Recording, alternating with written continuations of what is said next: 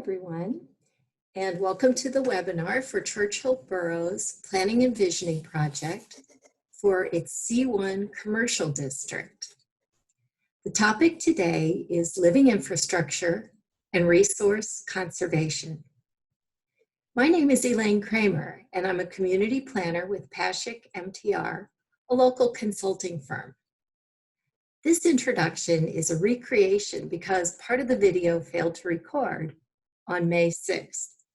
We will pick up with the live recorded webinar after this introduction.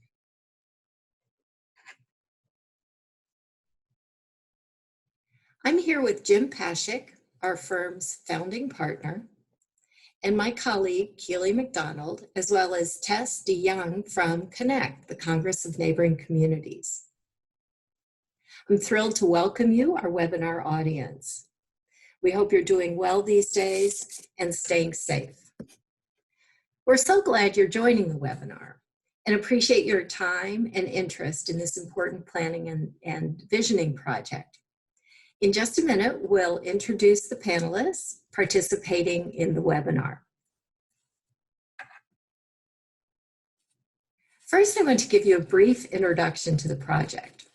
We're here tonight because Churchill Borough decided to undertake a community planning and visioning project regarding the future of its commercial C1 district. So here you can see the borough's zoning map with the C1 district shown here in light blue. You see the surrounding area has R's on it. R stands for residential and C stands for commercial. The visioning project is asking you, the residents, what you would like to see happen in this district. It's a big part of the community. I'd like to begin by talking a little bit about how this is an outgrowth of Churchill's 10-year comprehensive plan. So back in 2016 and 2017, Churchill joined with Wilkins and Monroeville to develop a joint comprehensive plan.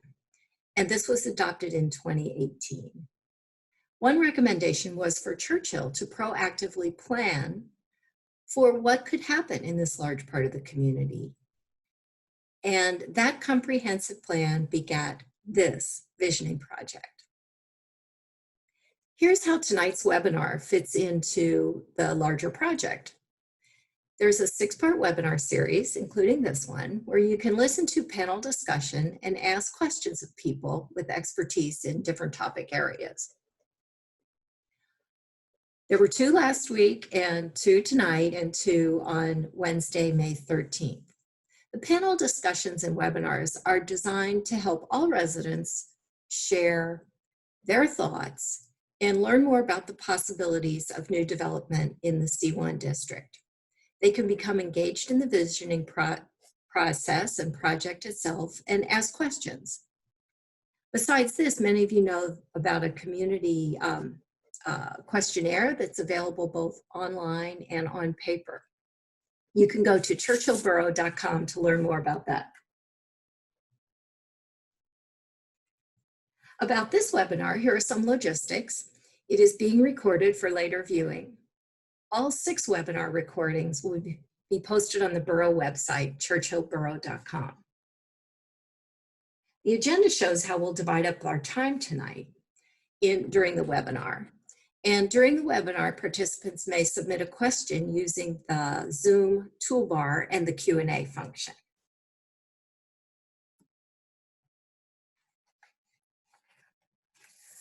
A bit of an introduction. Let me show you 2 more maps to help you get the lay of the land. Then we're going to introduce our panelists. What you can see here is a community context map that shows Churchill and its surrounding areas. So what you see here are, the surrounding neighborhoods. You have Penn Hills up here and Wilkinsburg, Forest Hills on this side, and Wilkins over here to the southeast. Within Churchill Borough, this is the Parkway East, goes like this. You can see the Edgewood Country Club here, the high school, junior high over here. And the area outlined in purple are the 2 parcels that make up the C1 district that this planning and visioning project is all about. Now, the yellow lines you see are roads and streets, and the little white rectangles are building footprints. So you can see along these streets, the small residential building footprints are homes, and then the larger white rectangles, such as up here along Rodi Road, are commercial buildings, and that is true also in the C1 district. You can see the larger buildings that make up that former Westinghouse R&D site. This map is an aerial blow-up of the C1 district specifically, and you can see that the 2 parcels together make up just shy of 150 acres. This larger parcel is 133 and the smaller one is 13. You can see that the C1 district is bounded by the Parkway, Beulah Road, Greensburg Pike, and Lewin Lane. My fun fact is that back in the 1950s, when Westinghouse first developed this site, they made it look like a locomotive engine because Westinghouse was a leading manufacturer of locomotive air brakes. And the corporation wanted this site to be visible and recognizable when executives were flying into Pittsburgh. This was long before Google aerial views. So it is my pleasure now to introduce our panelists. Let me get right to that. It is truly an astonishing group of people. They all have skill and knowledge and expertise about natural resources and conservation of living infrastructure. They come at these specialties in different ways. You can learn more about them by reading about them via a PDF at churchillborough.com.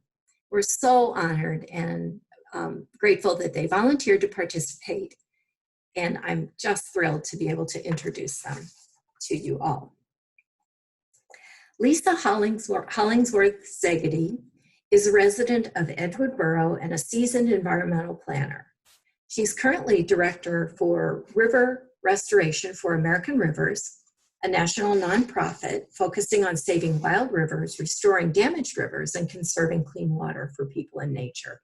She works throughout Pennsylvania as well as West Virginia and Georgia. Lisa is a member of the American Institute of Certified Planners and had spent her career in the public, private, and nonprofit sectors focused on natural resources planning, environmental management, and environmental restoration. Zaheen Hussain, a native of Bangladesh and a Pittsburgh transplant by way of Connecticut, my home state, serves as Director of Sustainability at New Sun Rising. Working with the Millvale Eco District Collaborative as Millvale's Sustainability Coordinator, Zaheen helps advance Millvale's Eco District goals in the areas of food, water, energy, mobility, air quality, and equity. He previously worked as project manager at Grounded Strategies. Focusing primarily on energy efficiency, he helped lead the Re-Energize Pittsburgh Coalition, where he worked collaboratively to increase demand for energy efficiency services through bridging organizational partnerships and increasing community-level advocacy. He earned a bachelor's in environmental science from University of Connecticut. Michael Noob is Director of Special Projects at the Western Pennsylvania Conservancy, where his work crosses over several of the Conservancy's program areas. He manages a portfolio of land conservation projects across Pennsylvania, advises the Conservancy's Community Gardens and Green Space program, both for community engagement and planning, and manages the Conservancy's strategic planning efforts.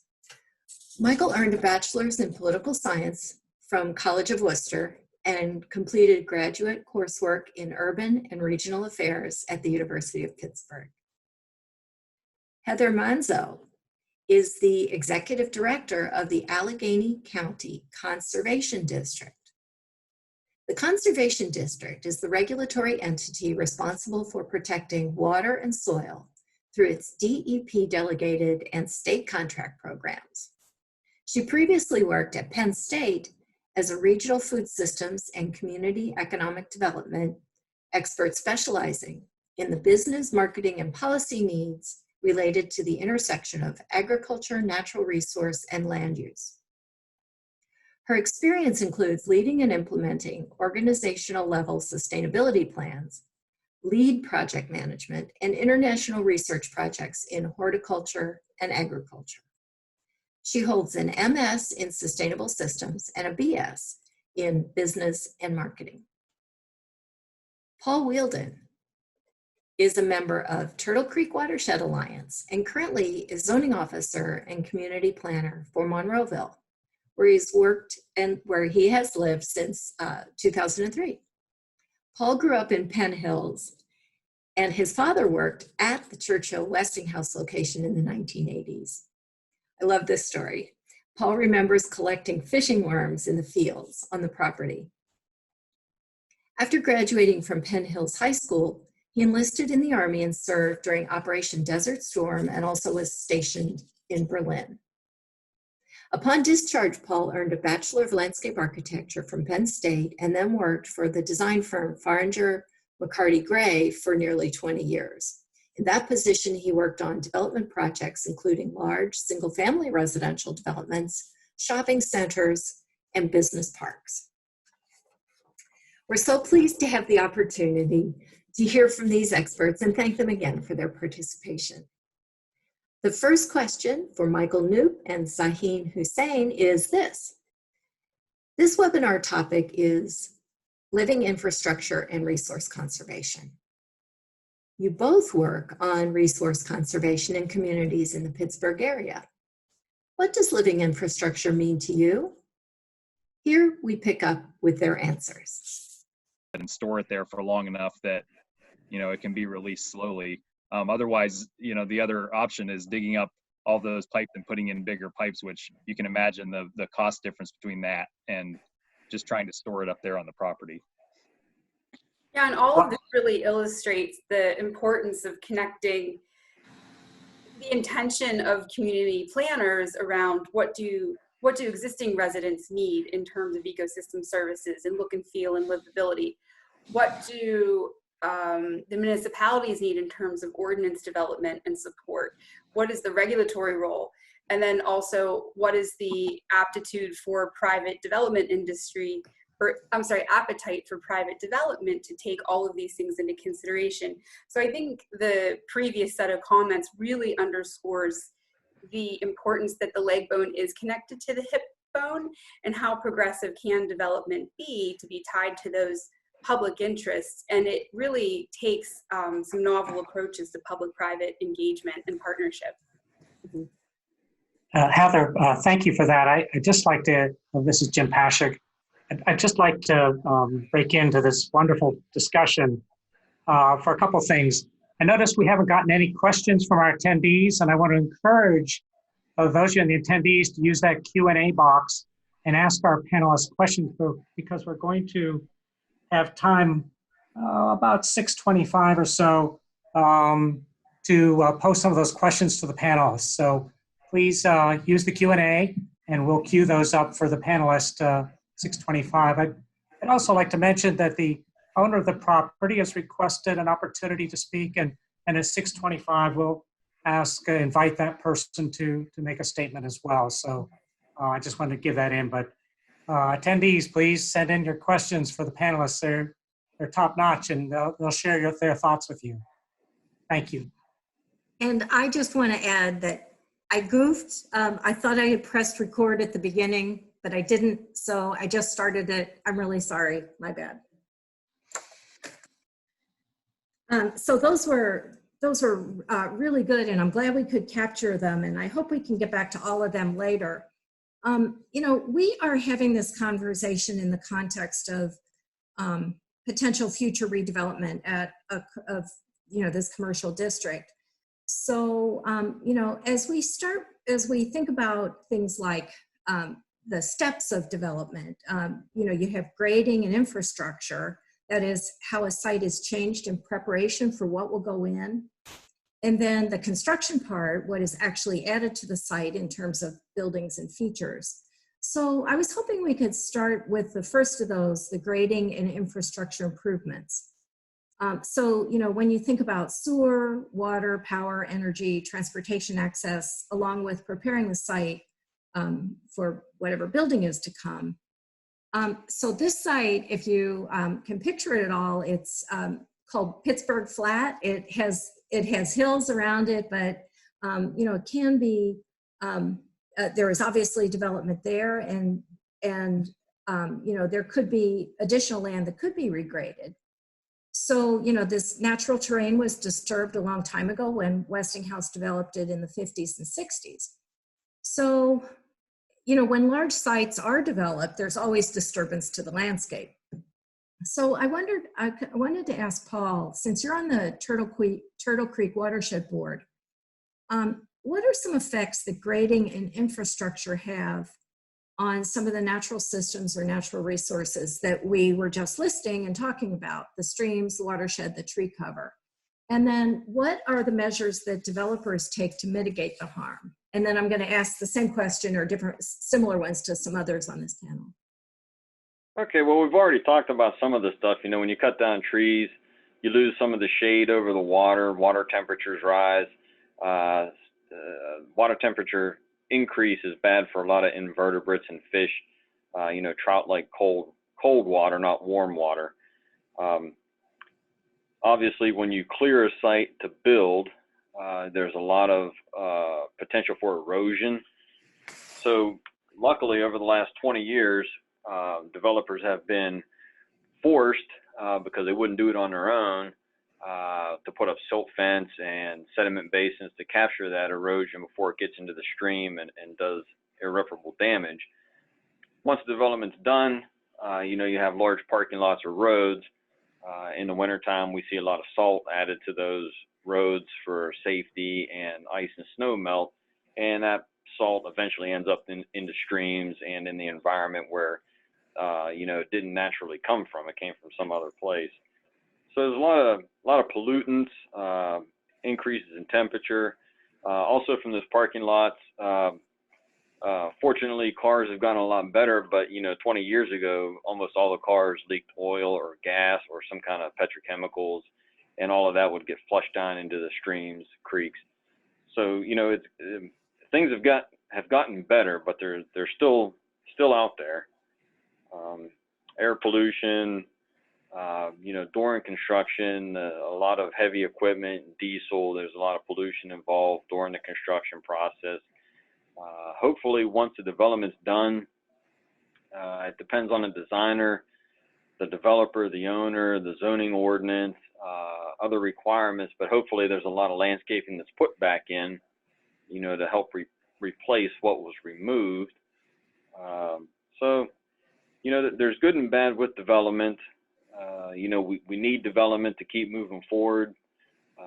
You know, as you know, I worked with developers for 20 years, so I always like to see progress, new things being built, but I also like to recycle what's there. You know, there's a lot of empty spaces I'd like to see reused. So you don't always need to start from scratch. You can, you know, reuse something that's available.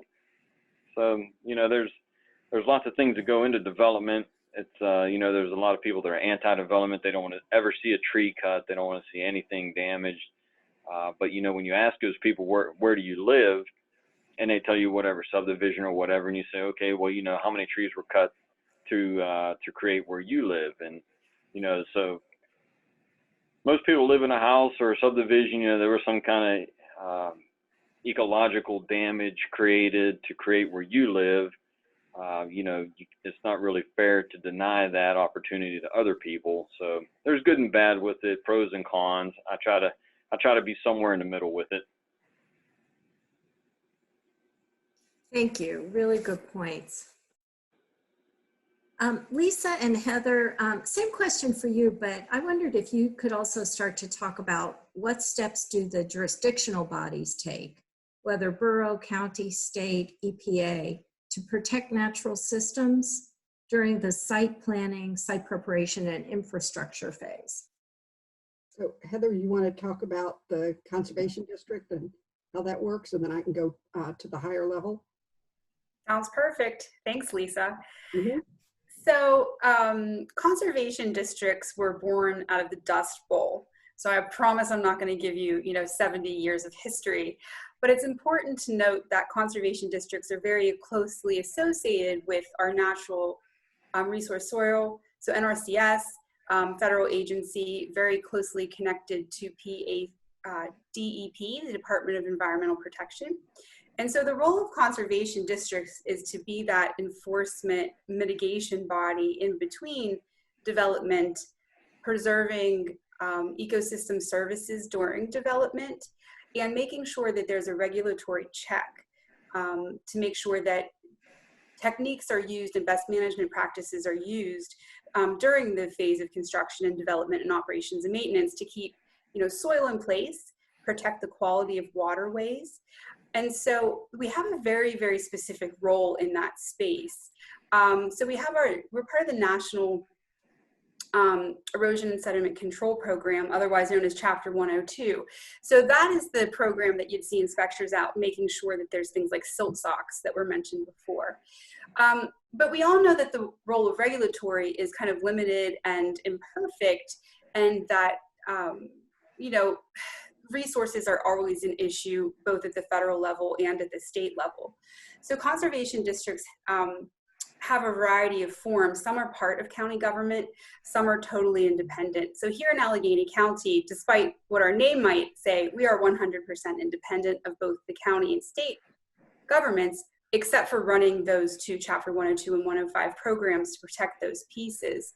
So we're really a partner who is working with the developers up front before a development project is started to make sure that those BMPs are in place through the course of development to make sure they're being followed, and then through a 5-year life cycle at the maximum end to make sure that the operations and maintenance phase is taken care of.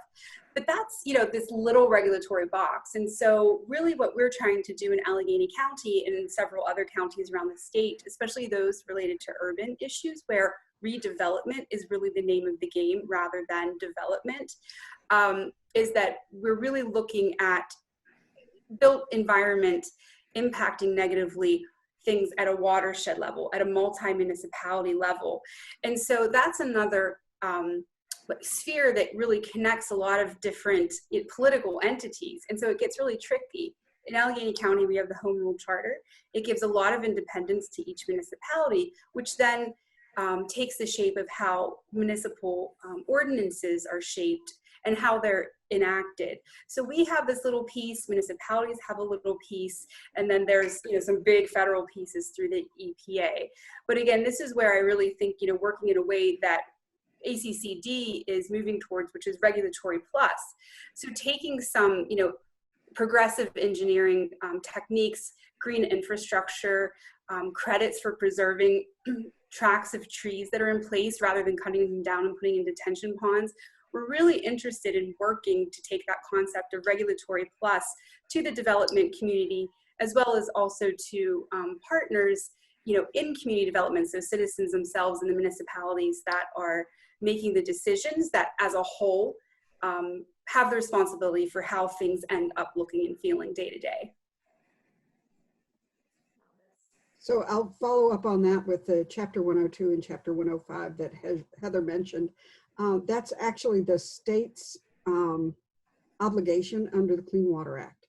And so the Clean Water Act says that we protect all the waters in the United States because there's a purpose for that, we all need clean water. So we need to avoid sediments being discharged to waters. We need to avoid, destroying wetlands. And there's the floodplain, National Floodplain program that says, you can't build in the floodplain in a way that causes water to rise on somebody else. So there's a lot of protections that are built in place to make sure that development doesn't cause harm to people nearby. And a lot of that becomes encapsulated in the municipalities' permitting for those developments.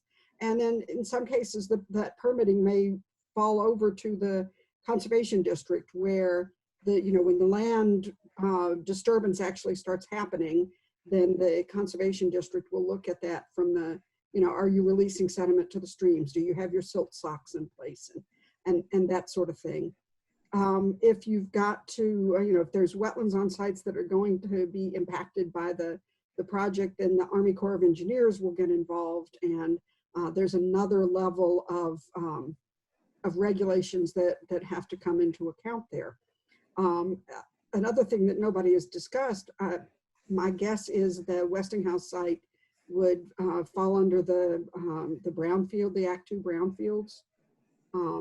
And that's another set of regulations that specifies that, sites that meet certain conditions can be developed for certain types of reuse. And the fact that we've got this really incredible site, very developable site, and we will be reusing that, the Churchill Borough will be reusing that as a new commercial district, I think is a phenomenal opportunity.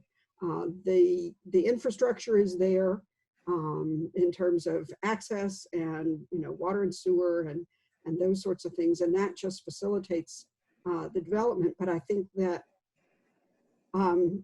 within Churchill Borough, as they look at redeveloping that property, there's development standards that are already in place, and the planning department, the development organization for the community can say, how can we redevelop this and meet these standards that are put in place to make sure that we get a development that's a good quality and that it's what the community is looking for. So a certain amount of those regulations lie right there within the borough's ability to decide what those standards are and to implement them themselves. Thank you. Yeah, that's, part of the point of the visioning process is to, understand what it is that the community would like to see happen and what are the community's priorities. So thank you. I wondered if Michael and Heather could begin the answer to this one. When we think about the later stages of redevelopment, after the site is graded and the infrastructure is put in place and, developer is starting to construct the buildings, I'd like to ask some of the same questions about the buildings and the features that could be constructed and operated on a commercially zoned site. What are some ways that new buildings and features of a site affect natural systems? And how might the buildings and operations of a site, what could some mitigations be? So Michael and Heather? Well, I think, again, going back to stormwater for this site, I think one thing that worries me about redevelopment here is expansion of impervious surfaces anymore than what's necessary. And then especially parking lots and rooftops is what I'm talking about. Rooftops, there's some interesting strategies there. It's not really something that Conservancy does directly, but green roofs are always an interesting thing to discuss, and I'll just stop with that idea there because that's about all I can contribute. But with the parking lots, there are definitely some creative things that can be done to continue to allow as much parking as you need, but also use parking lots and what's underneath of them and what you plant within them and around them to capture stormwater. And then again, going back to those multiple benefits, provide shading in those parking lots also, and canopy cover that, in addition to the shading, helps to absorb and produce oxygen, absorb carbon dioxide, and then continue to absorb stormwater, and also probably make a more attractive looking site than a big piece of blacktop without trees in it. So I think that's probably the first thing that comes to my mind here. But then also there's so much land on this site in a relatively densely populated area that there's quite a bit of there's some amount of intact forest there. There's some open land where there's a lot of potential for I would say restoration and to the extent that it isn't developed, reusing it as green space and open space for people to use for recreation and for continued development of green infrastructure and using the landscape to absorb stormwater and provide ecosystem service benefit. So doing development and preserving other areas and making those places amenable for people to use in the community. Absolutely, yeah. So Heather, can you jump in on that too? That was so well said. I think that there are precepts that make so much sense for that site. And we know too that there's synergistic effects with not just for housing prices, but for other businesses that are co-located with recreational tourism opportunities. And you can put together business clusters in ways that can, draw in customers or clients. It can even help with the planning and the recruitment of what types of businesses to recruit into a development. And really, that is something that can be so informed by people like you who are watching us talk right now. And we would love to hear from you. But really, what services and what recreational and outdoor opportunities, what does the community envision? And so can that be worked into a plan? If we look at, building engineering and architecture design itself, of which I am not an expert, there are, a number of things that can happen with that could be pulled from, say, the LEED certification world, from living building challenges, from ways that could connect even transportation hubs in novel ways, in redevelopment schemes, for example, potentially putting up solar arrays and charging stations for electric vehicles. So again, I think that's where using a systems approach to planning so that we can, as much as possible, preserve ecosystem services, benefits to existing residents, and have a development that has a sustainable fiscal future. Because I'm sure we can all name examples from the region where there's been big push, you check the boxes, do the environmental studies, have the thing be built. And then if the tenants aren't seeing the business that they need to stay in business, then the whole thing can collapse. And so certainly, in my opinion, we don't need more sort of strip malls that are empty at some half a generation or full generation into the future. So I think really planning with that forward-looking eye to integrating a new redevelopment project into the existing and future needs of the community with the ecosystem services and fiscal sustainability there are just key to having a win-win for everybody involved. Thank you. Look far down the road if we can. Elaine, Yeah. was something to that. Yeah. One of the things that, everything that's been said is absolutely spot on for that site.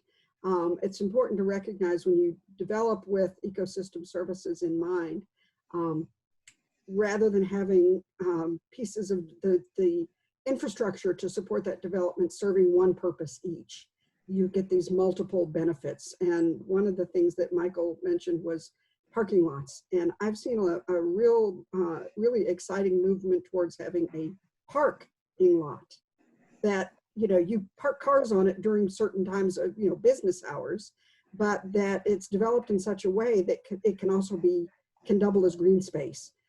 It can be spaces for, outdoor gatherings. And especially right now, if we're going to have outdoor gatherings, we're going to need a lot more space than we've had in the past. And especially at this time, I think there's some flexibility in looking at this site creatively and trying to decide how can we develop this, not just on the way we used to do business, but on how the next generation of business could happen. What is the next generation of outdoor recreation like? What is how are we going to gather in these public spaces? And how can we make a parking lot become more than just a place to put cars for 8 hours a day?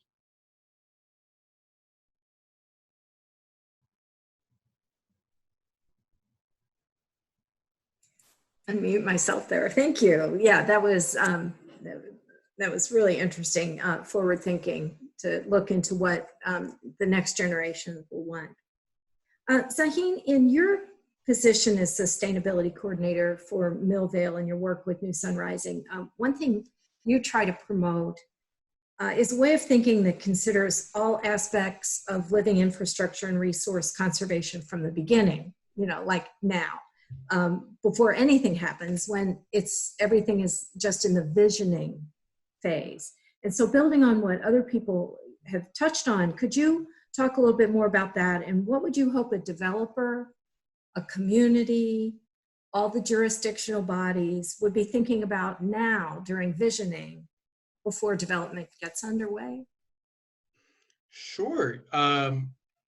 Yeah, you know, right off the bat, first and foremost, are conversations just like this, where community members and stakeholders are able to gather, learn from experts about the assets that they have in their community, both living as well as gray. You may all be familiar with it, but you know, it's not complicated. It's called asset mapping. Which is a very important exercise. It's important to practice it in different venues. You know, for us, we had the good fortune back in the day of being able to gather in person, which obviously can't happen now, but even that has its limitations. You know, for example, this probably would have been kind of a traditional community meeting. Not everyone can attend those because they might be at work, they might have other obligations. So finding different channels of being able to communicate with your community, but also being able to bring this level of education and information to as many people as possible so they can conceptualize what's being created, and be able to voice their hopes, needs, and dreams as needed. In terms of what we want stakeholders to think through, you know, part of that starts with what your motivating factor is. If you're a hardcore environmentalist that has an aching heart for polar bears, you might just have a very, very environmental agenda. There's nothing wrong with that. I come from somewhat of an environmentalist background. If you're a developer, you're looking at your return on investment over a long period of time. I often try to take that perspective because we're all, in a way, in a community investing something, whether it's dollars, whether it's our time, or our kind of role in other ways of being a community member. Really thinking about, well, let's say at the top of a hill, you want to build a traditional parking lot because there's a parking need for your community. What you might want to consider is, well, what's at the bottom of the hill? If it's a bunch of businesses and homes, and building a parking lot at the top of the hill might destabilize the land that's around it. Well, in a more rain-intensive environment, that might cause a landslide that then can eliminate those homes or those businesses from being able to exist and contribute to your tax base. So doing that calculation, thinking about different perspectives,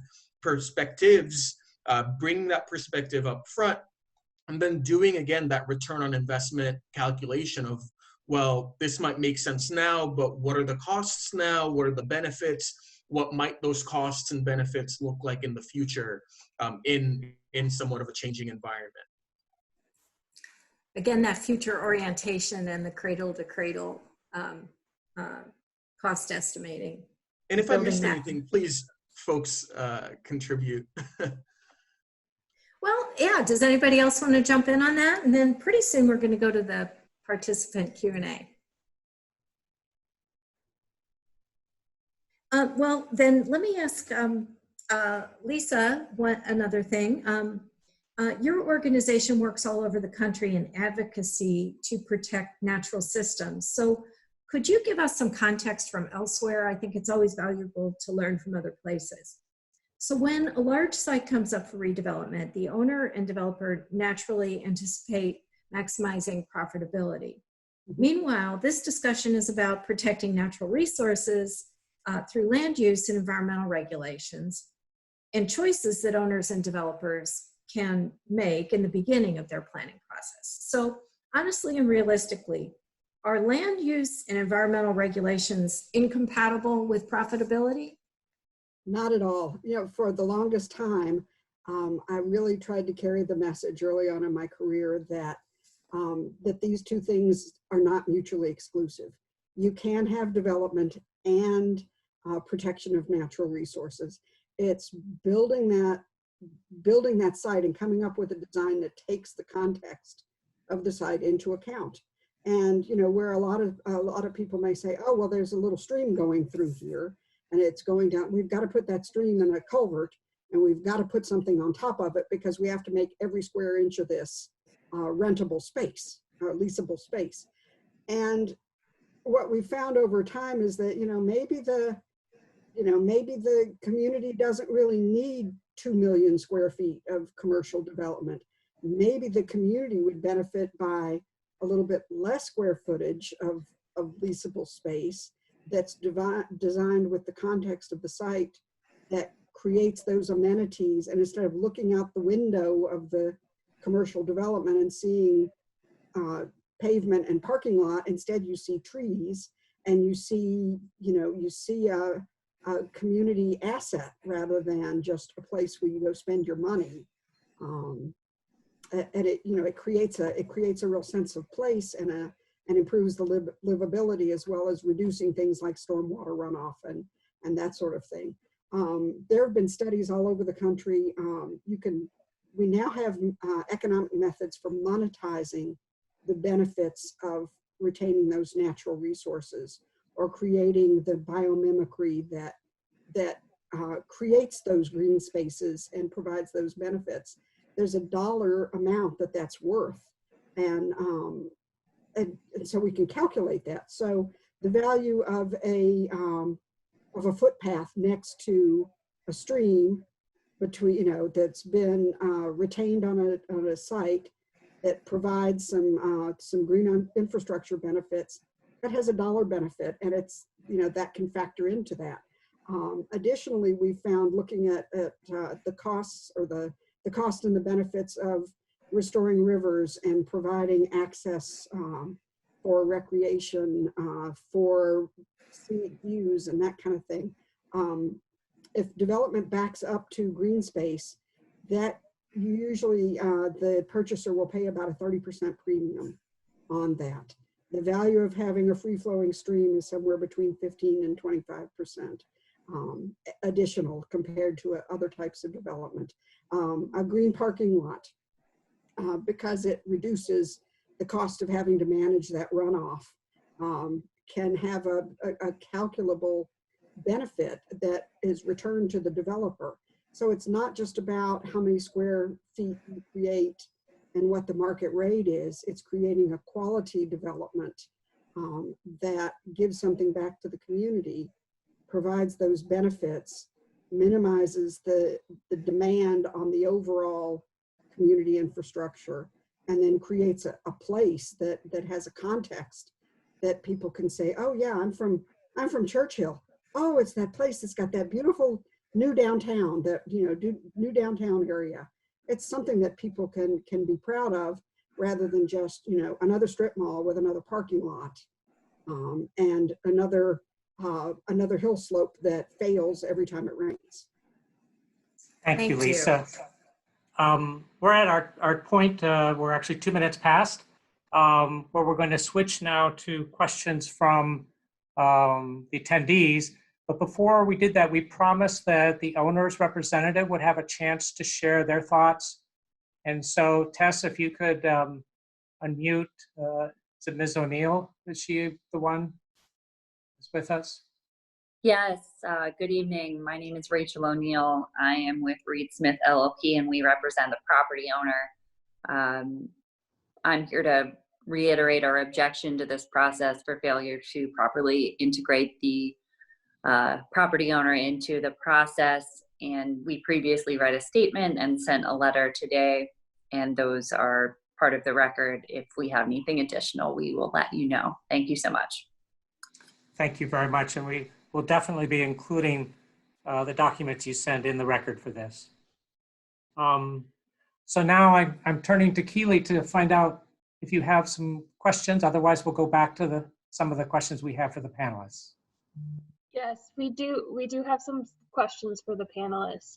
One of the first ones that I received was, and this is kind of for everyone on the panel, what are some kind of success stories or successful examples in the Pittsburgh region of utilizing these kind of conservation efforts and green infrastructure that these residents could kind of look towards to further understand what these things are?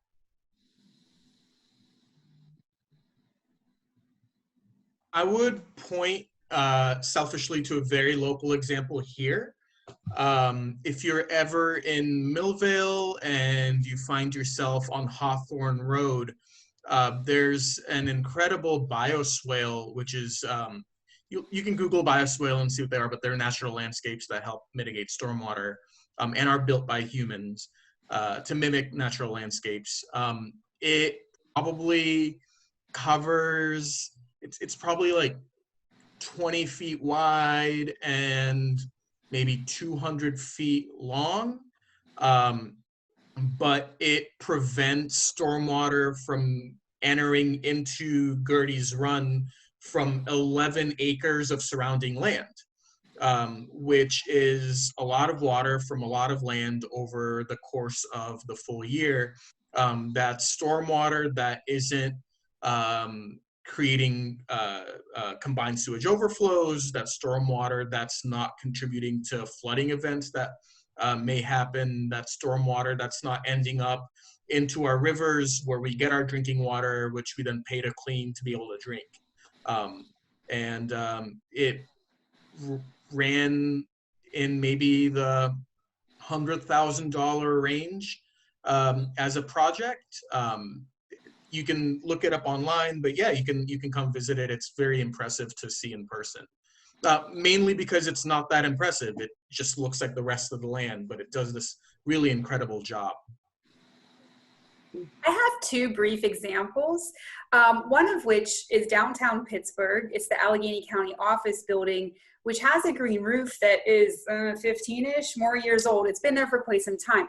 The reason that roof is significant is because green infrastructure is a tricky topic and can be controversial, because whenever straight line development is happening, there's timelines, there's budgets, there's a lot of hard realities that make it difficult in many cases to put these sort of big sustainability initiatives into projects.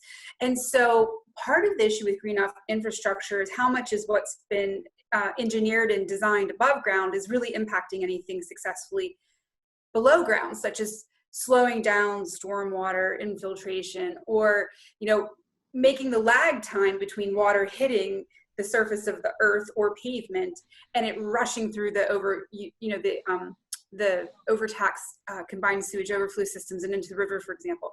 So this county project was important because data was collected. It was one of the first green roofs in our ecosystem that really tracked at a deep level what those services, what was happening within that building. So that's kind of nice to know that we have this formative data set that's a local example. Second one, brief 4 Mile Run project in the Greenfield neighborhood, kind of between the New Almano and the bottom ballpark of Shenley Park. Floods, has all sorts of problems, but there's a really neat project that a lot of people don't know about that Penn State partnered with City of Pittsburgh and a bunch of other partners on to do a multiple block section that has sidewalks that look and feel normal, but they actually allow rainfall infiltration. There's deeper curb cuts and planting boxes to allow for rain gardens and better infiltration and intake of more water during rain events. So just in case you want to get out and about, there's all sorts of things. I think if you start to sort of know what to look for, you'll notice Pittsburgh does have quite a bit of green infrastructure in place.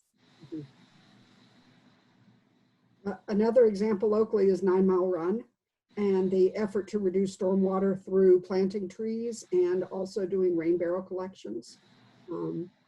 And it's, a lot of people will say, well, yeah, that's a small percentage, but a small percentage can really add up. And when you're looking at continuing to retrofit existing facilities and then build new with those benefits in place, it just provides continued benefits.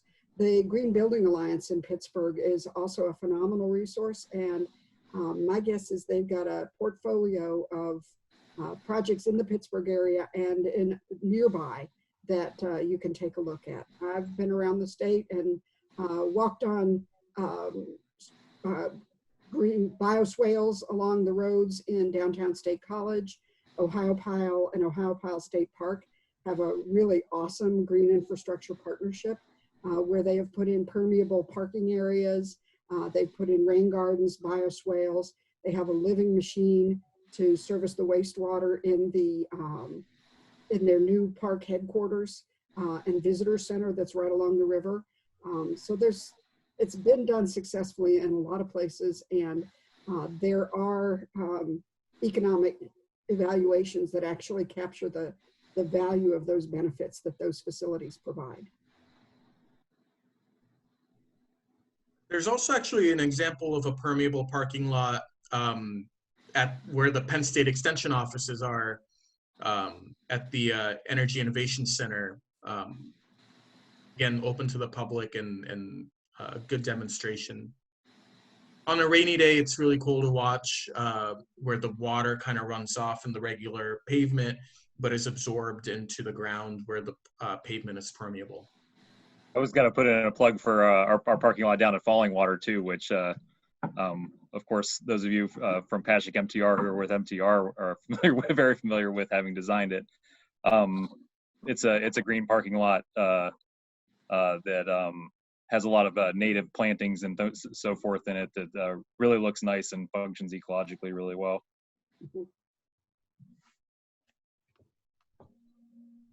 Go ahead, Keely. Okay, so another question is, and I don't know if anyone has an answer for this, is there any seepage from old coal mines on the site? I have not been made aware of that, but you know, they are everywhere. I haven't heard of that here. The Department of Environmental Protection has a department specifically related to abandoned mines. Mm-hmm. So I'm not familiar enough with their database or, you know, a site analysis or assessment. But that is a resource for people who are interested in abandoned mines. You can go to the, there's a site for people that want to look at, like, to buy hazard insurance in case there's a coal mine under your home. So you can see where all the old coal mines are. And then also in the surface water section of DEP, they have a list of all the known mine discharges. And so it would just be a little bit of research that would need to take place. But I think that's a really good question. And I appreciate the person submitting that. I certainly think that it's a piece of information that needs to be considered as this plan goes forward.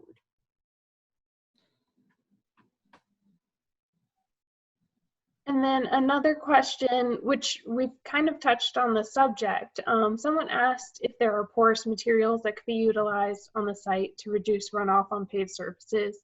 We've talked about porous pavement, but if you could enlighten us on any other solutions that you know of using green infrastructure to help reduce runoff on paved surfaces.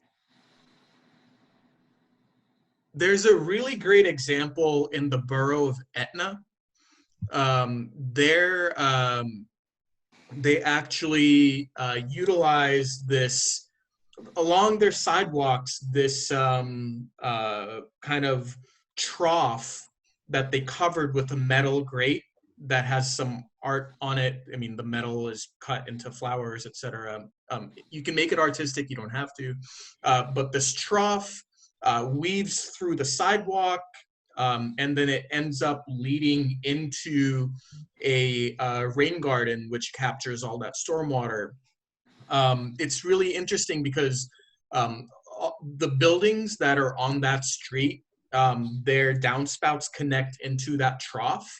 So the stormwater that's falling on the roof of those buildings, they end up in the gutter and then into this trough, and it's channeled into the rain garden.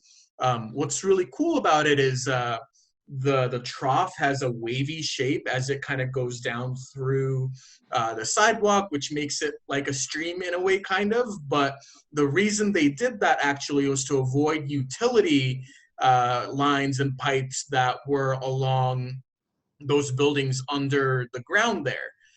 So by making the trough wavy, not only did they make it more artistic and pretty to look at, but it actually served this very utilitarian purpose of avoiding utility lines.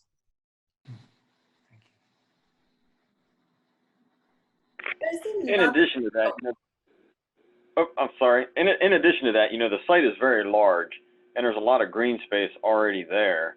So there's plenty of room, for man-made ways to control stormwater besides just putting it underground in a tank or in, some crummy-looking above-ground pond. There's also a lot of trees on site. You can make some really nice buffer areas. So there's a lot of potential for this site just because it is so large and a lot of it is not yet developed. Great. Thank you, Elaine. I wonder if we could post your poll, see what the attendees think of this. Sure, that's a good idea. So, participants, can you see that okay? Let me launch this. Okay. There we go. So we would like to ask you which step for conserving natural resources should be the borough's highest priority via regulation or incentives.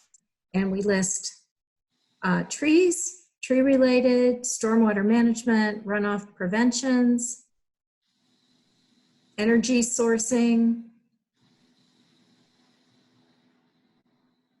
buildings with low or net zero consumption of energy, amenities that encourage non-motorized transportation, or none.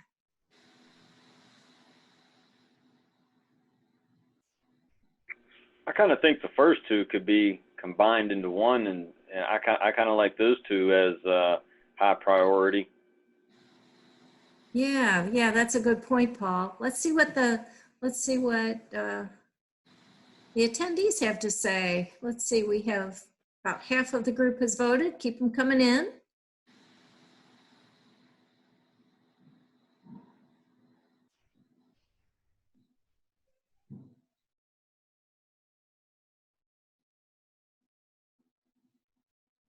Okay, I'm going to end in just another few seconds.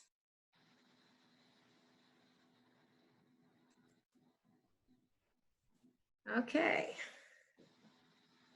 So what I see here are that, Paul, it sounds like people kind of agreed with you that the first two could be combined, that tree planting and stormwater management could be one. And I think together they occupy a very high priority in the community. Thanks, Elaine. Yeah. Could take down the poll. I think I did. Did I? I can still see it. I can too. You just have to exit it out on your own screen. Did it go away that time? No, it's still there? I just hit the close button on my own screen and it went away. Yeah. So we're at that part that we called lightning round, which sounds kind of fun, and it is, I think. It's been fun in the previous two webinars. But what we're going to ask the panelists to do is to help us identify keywords or phrases that you think illustrates the ideas that we have been discussing. We're going to see if the whiteboard works this time, but we're going to try to make a list of those things and go through that. We're going to go around as many times as we need to get all of the ideas down from you. And then towards the end, after about 10 minutes, I'd like to open it up to the attendees. So if the attendees, if you could put a word or two or a phrase in the Q&A, we'll add those to the list as we go through this. So looks like we've got it working, or? Yep. So I'd like to start with Lisa. What's one word or phrase that captures some of the things that we've been talking about? Um, resilient. Resilient. Thank you. We'll wait till I see if that goes up. Great, Zaheen. Lisa stole my answer. Sorry. Participation. Participation. What do you mean by participation? I think I know, but just to be clear for everyone. Just making sure that stakeholder voices are incorporated when thinking through all types of infrastructure. Great, thank you. Better get that down. Michael, you're going to be next. Go ahead. I'm going to go back to multiple benefits of living infrastructure. Yeah. Thank you. That's great.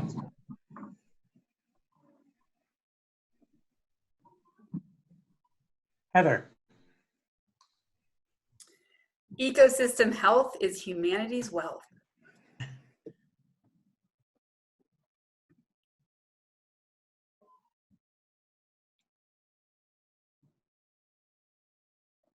Close anyway. Paul. I'll go with environmental design. And what do you mean by that?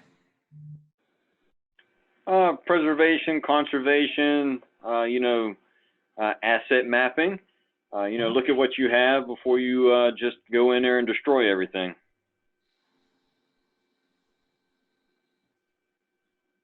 Great, thank you.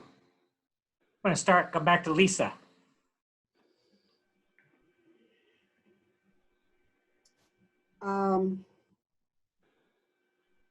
Shoot, I should have said they stole all my other.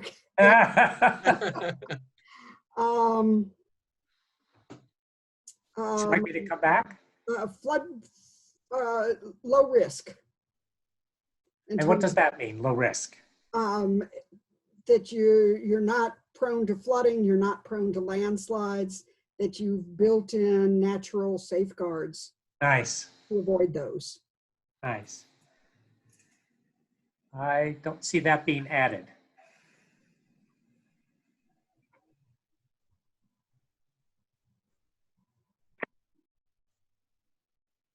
Yeah, I don't see it showing up either. Yeah, Elaine, did we lose the whiteboard? I see the whiteboard. Let's see. Is Keely still there? Keely's muted. What's Is up? it? I typed it. Is it not coming up? No.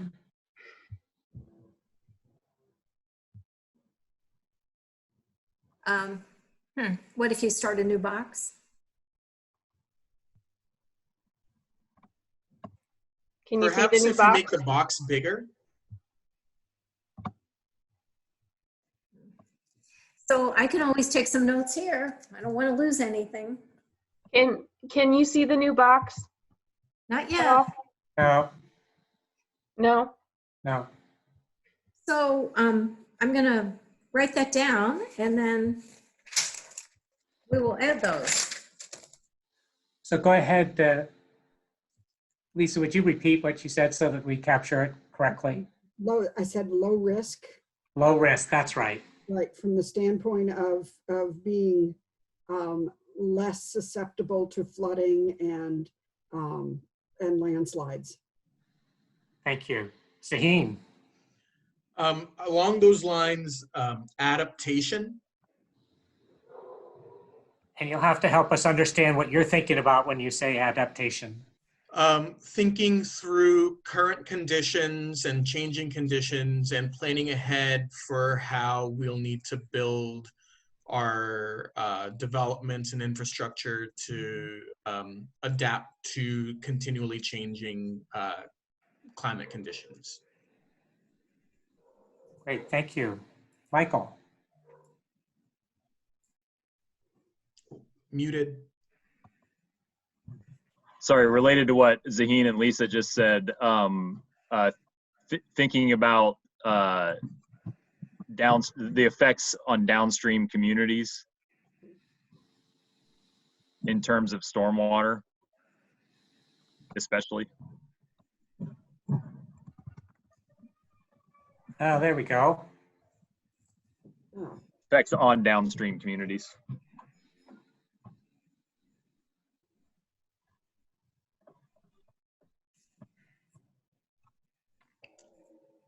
We had one of our participants contributed the idea of steps that are environmentally sound. Yeah, thank you. And then I'd like to add one that several people had mentioned throughout this discussion was there's a cost to doing things and there's a cost to not doing things. And, Lisa had talked about how to define the monetary value of environmental services. And Zaheen had even quoted some numbers. And I think that, for practical reasons, what I think I've heard everybody here say is that it's really important to understand the cost of things. That was one takeaway that I had from listening to you all today. So I wanted to recapture that. Thank you. Heather, you have another one.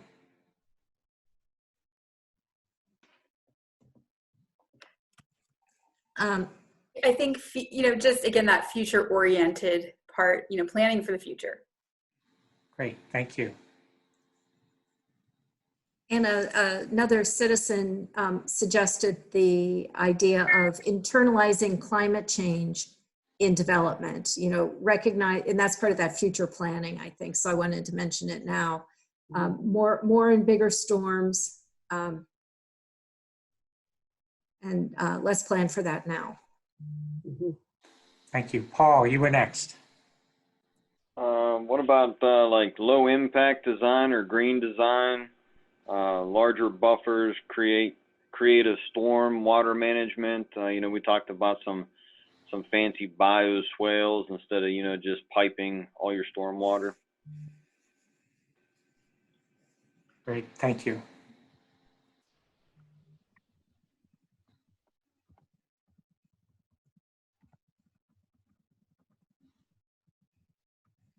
We have about 4 minutes, so we can add a few more if you are willing. How about partnerships and funding? Ah, excellent. Along those lines and in line with Elaine's as well, financial soundness, calculating returns on investment, performing benefit cost analyses on your projects. And those, calculating benefit cost analyses can be very difficult and very technical, but also you could do kind of more qualitative exercises around those as well. Thinking about, if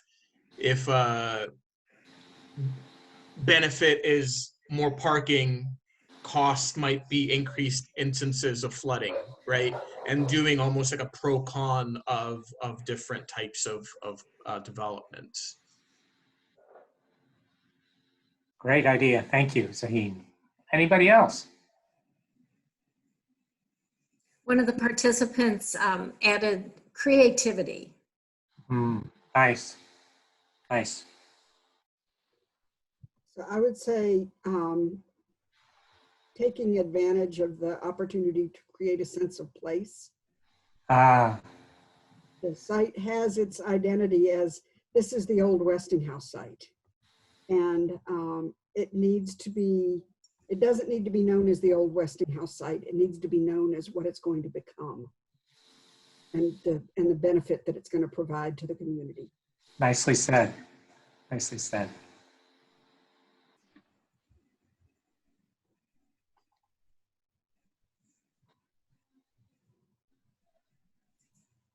What else can we add to this list?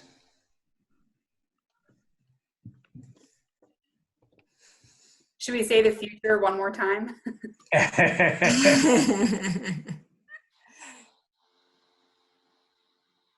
Utility, thinking about what the usefulness of the space will be, what purpose it is to serve now.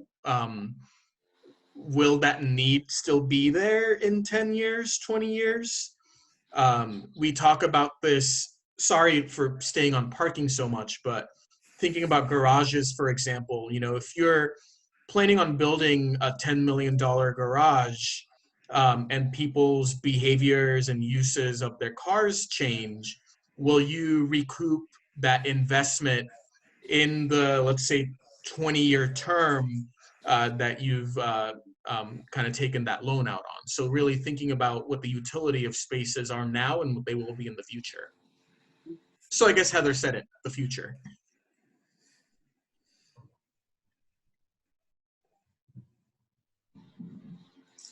Any more? It's a good list.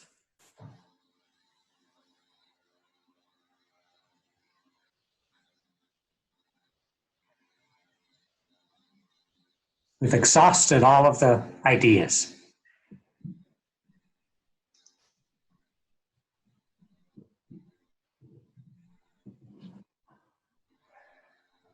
Well, then I'd like to just take a minute to thank the panelists.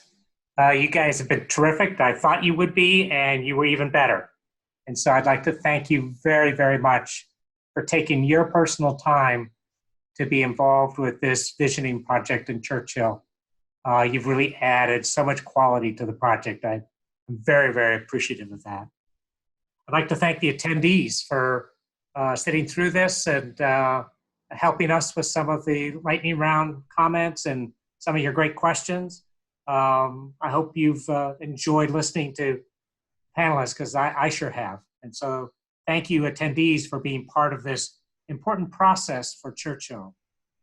My note here says the session has been recorded, but it's kind of been recorded. Most of it has been recorded. Most of it's been recorded. And we will post that on the website soon, including these whiteboard messages, the list that we've developed.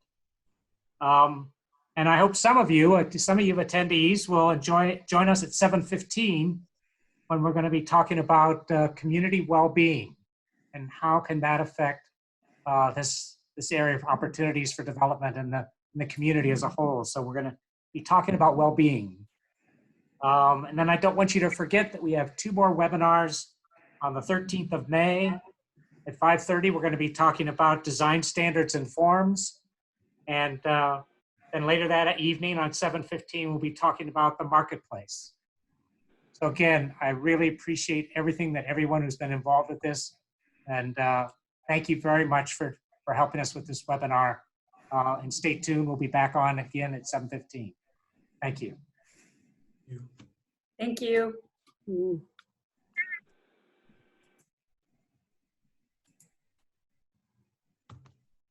Thank you all. Thanks. Bye. Bye.